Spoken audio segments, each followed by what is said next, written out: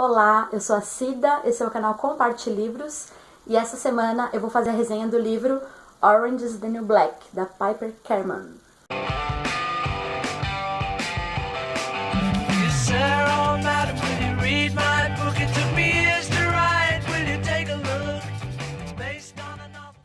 Então, pra quem assiste a série, ou pra quem não conhece e ainda não sabia, o Orange is the New Black é uma série do Netflix que vem fazendo bastante sucesso e é baseado neste livro, que na verdade não é um livro ficcional, é uma autobiografia. Então essa moça, Piper Kerman, ela ficou presa um tempo, ela escreveu a experiência dela no sistema prisional americano e foi esse livro que deu origem à série. Pra quem tá preocupado com spoiler, vou ser direta. O livro é muito diferente da série, tá? Não se preocupem. O livro é muito mais realista. Então não acontece aqui no livro briga super sangrenta, sexo lésbico, triângulo amoroso, nenhum desses dramas que são pilares da série acontecem aqui. O drama aqui é o drama real, de estar presa. Já é drama suficiente, né? Cá pra nós. Isso faz do livro um livro ruim, chato, parado? De forma alguma, tá? Então ele é um livro bem interessante, que ele vai falar mais ou menos da vida da Piper, da rotina da prisão e da crítica ao sistema prisional americano, que é algo que ela faz bastante, de maneira bem contundente. Então o livro tem um tom muito mais reflexivo, mais humano, eu diria até sentimental sobre a Piper. Ela se sente muito culpada por ter se colocado nessa situação e ela cresce muito como pessoa ao longo da estadia dela na prisão. E é esse processo que ela vai descrever pra nós. Então eu já adianto, é um livro que eu recomendo? Sim. É um livro tão emocionante quanto a série? Não. É um livro que fala de rotina. Não tem nenhum acontecimento super... Meu Deus, o que vai acontecer? Socorro! Não. Uma coisa que eu achei bem legal no livro é que como ele é narrado em primeira pessoa e por uma pessoa que não tem uma vida no crime, mas que teria uma vida comum, tinha um emprego, uma família, um noivo e tudo mais, é fácil a gente se identificar com a história da Piper.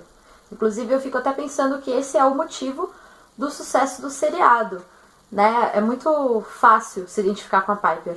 Embora eu acho importante ressaltar que é uma pena que as pessoas não se identifiquem com as outras prisioneiras, que têm outras histórias, outros lugares na sociedade, outros problemas, muitas vezes muito piores. E, infelizmente, quando se fala em presídio ou em bandido, a maior parte de nós assume uma postura de superioridade, como se aquilo não nos dissesse respeito, como se aquilo fosse com outra categoria de pessoas. Então eu acho uma pena que a gente se identifique tanto com a Piper, a moça loirinha de olho azul, enquanto muitos de nós julguem sem o menor problema os outros criminosos que se encaixam nesse estereótipo ridículo que a gente já criou socialmente falando. Inclusive a primeira coisa que eu gostei na Piper foi justamente a recusa dela em aceitar esse lugar privilegiado. Então naquele contexto em que ela se encontra, muitas pessoas, desde outras presas até guardas e tudo mais, assumem aquela postura condescendente, como se ela fosse de uma espécie diferente das outras moças que estão ali. E ela deixa claro o tempo inteiro que não, ela não é. Ela é uma criminosa como todas as outras, que tem a sua história, que cometeu seus erros e está ali pagando por eles. Então eu acho bem legal essa postura dela de não se mostrar em nenhum momento melhor do que nenhuma das outras. É claro que, gente, vamos nos lembrar apenas que ela tá narrando a história, tá? Então vamos lembrar disso. Mas enfim, como a gente só tem a visão dela, ela se mostra dessa forma. Inclusive ela comenta que na cadeia tem um grupo de mulheres que são brancas, de classe média, e que se colocam assim como superiores às outras, como diferenciadas. E ela se recusa a fazer parte desse grupo.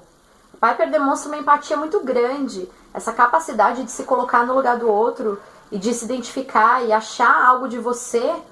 Por mais diferente que pareça outra pessoa, você achar algo de você nela e algo dela em você. Eu acho que ela tem essa capacidade, isso é muito legal. E aí ao longo do livro, como ela tem a simpatia, ela leva o leitor por isso também. Inclusive tem até um momento em que a Piper está conversando com amigas que são usuárias de drogas. E elas falam que não vem a hora de serem soltas para saírem e voltarem a consumir essas substâncias. E aí é o momento que cai uma ficha da Piper, porque ela está presa por envolvimento com o tráfico. E aí ela diz assim que ela nunca pensou nesse outro lado, no sofrimento que ela ajudou a causar, que ela colaborou. A partir do momento que você colabora com o tráfico, você colaborou com tudo aquilo, com aquelas famílias destruídas, aquelas pessoas viciadas. todo aquele problema individual, social, todo aquele sofrimento. Então ela se sente muito mal quando cai a ficha dela que ela colaborou para que aquilo acontecesse. A Piper não deixa de falar dos privilégios que ela tem e, consequentemente, das injustiças que as outras mulheres sofrem. A própria questão da duração da pena, que é muito diferente para pessoas que cometeram crimes semelhantes. Ela deixa bem claro como a classe social, a cor da pele e a primeira impressão mesmo faz muita diferença, desde o tamanho da pena até o tratamento que você tem dentro da prisão. E, gente, isso é horrível, né? Então tem um trecho aqui em que ela vai falar da própria pena e de outras mulheres que têm as penas muito longas. Então ela diz assim: um mínimo envolvimento com o narcotráfico podia render uma pena de muitos anos, sobretudo se você tivesse um péssimo defensor público. Mesmo se você contasse com um ótimo advogado, ele certamente tinha uma carga de trabalho imensa e recursos limitados para usar em sua defesa.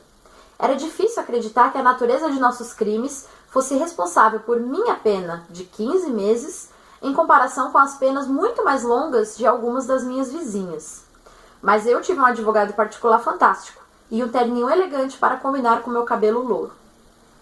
Então, quer dizer, ela tem consciência do lugar privilegiado dela, mas ela nunca se mostra feliz com isso. Ela se mostra bastante crítica em relação a essas injustiças que acontecem no sistema prisional e judiciário dos Estados Unidos. Aqui não, né, gente? O Brasil não tem racismo. Como vocês sabem, o racismo não existe. Ela traz até algumas estatísticas. A população carcerária dos Estados Unidos é a maior do mundo hoje. 10% dos americanos estão presos. 1 em cada 10 americanos está preso. Porém, desse contingente, 50% das mulheres no presídio em que ela ficou eram latinas. E outros 25% eram negras. Então, só 25% eram brancas. Dessas mulheres também, 2/3 daquelas que são soltas acabam reincidindo seus crimes e voltando para a cadeia. 80% das detentas têm filhos, de todas as idades, e a maior parte delas foi condenada por algum crime relacionado ao tráfico de drogas. E é claro, a questão não é só racial, mas social também. Então, muitas dessas mulheres detentas vêm de realidades sociais muito complicadas, para qual elas vão voltar depois de saírem da prisão, e com as quais a própria Piper se mostra preocupada. Então, elas têm uma noção de que para muitas delas, ali dentro é melhor do que lá fora. Lá fora é mais perigoso e é mais complicado viver do que ali dentro, para vocês imaginarem. Então, a Piper cria até uma imagem que é a ideia da porta giratória. Ela diz que como o sistema prisional não reinsere na sociedade, não reeduca, não melhora a vida dessas mulheres em nenhum sentido, ele cria uma porta giratória entre as realidades sociais que elas enfrentam fora da prisão e a própria vida no sistema carcerário. Então elas vão e voltam. Inclusive o próprio sistema, ele fala em 3 pilares que são necessários para a recuperação dessas mulheres quando elas são soltas: emprego, moradia e família. Então quantas dessas mulheres, gente, vão conseguir um emprego com uma ficha criminal? Quantas dessas mulheres têm famílias estruturadas, como a da Piper, que vai visitar toda semana, que tem dinheiro? Pouquíssimas, a gente sabe que são pouquíssimas. Então é uma situação muito complicada e eu acho muito legal, como eu disse, a maneira como a Piper fala de tudo isso, com uma preocupação, uma empatia que parecem genuínas. E aí, gente, é impossível não pensar, né? Porque veja bem, o presídio em que a Piper fica mesmo, ele tem uma série de possibilidades. Ele tem biblioteca, ele tem pista de corrida, elas têm aula de yoga. E aqui?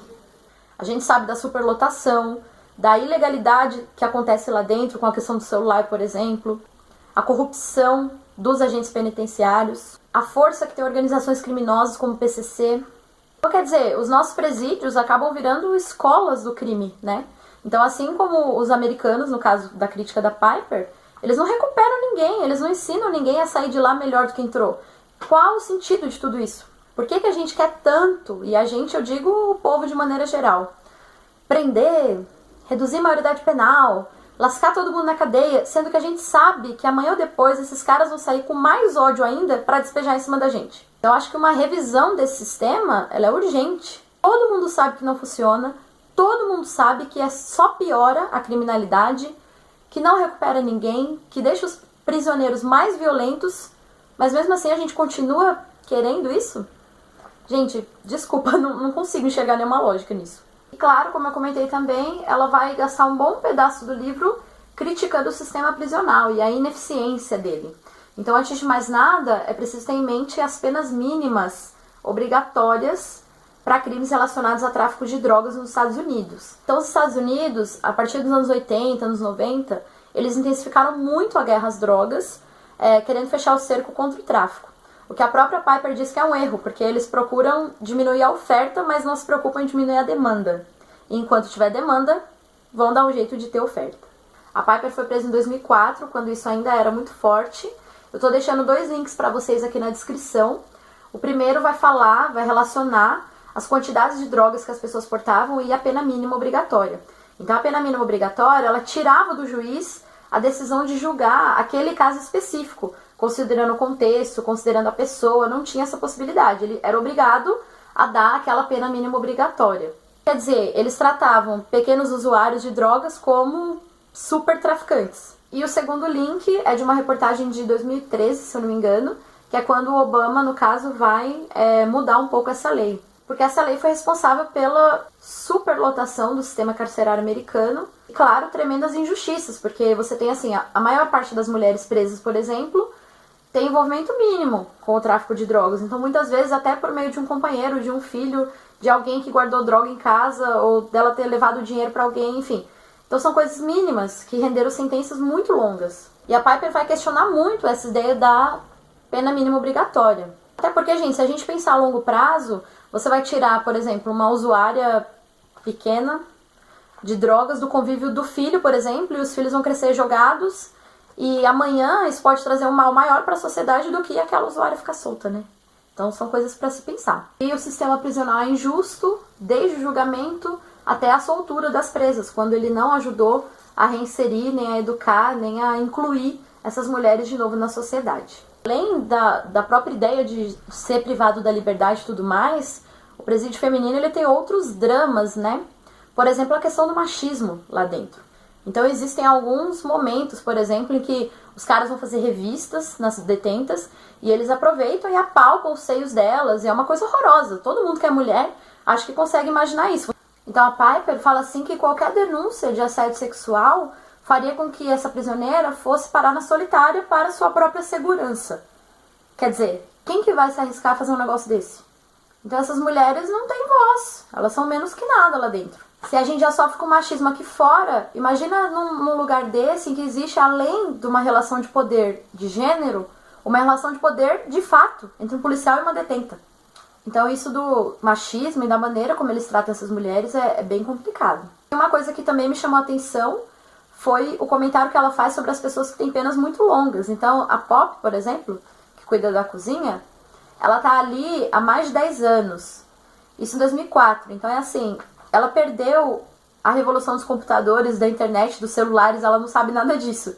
E aí elas ficam pensando, como que vai ser para essa mulher voltar para o mundo lá fora? Porque é como ter parado no tempo, durante uma década. Eu achei isso super bizarro. E como nada tem um ângulo só de ser visto, junto de todas essas coisas horríveis que eu falei, a gente tem também um lado mais lírico. Tem 3 momentos que me chamaram a atenção.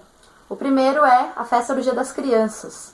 Então as detentas que têm filhos podem receber os filhos e eles ficam o dia inteiro lá dentro, brincando com elas, fazendo piquenique, coisas assim. E por um lado é super bonito e por outro lado é extremamente trágico. E depois que as crianças vão embora, elas ficam arrasadas e até as detentas que não têm filhos entram em depressão, porque é uma coisa horrorosa, né? Você pensar que a maior parte daquelas crianças só vai ver a mãe naquele dia do ano. A segunda cena é a cena em que uma das detentas é aprovada na prova de supletivo, que ela já havia feito tipo muitas vezes e nunca conseguia passar.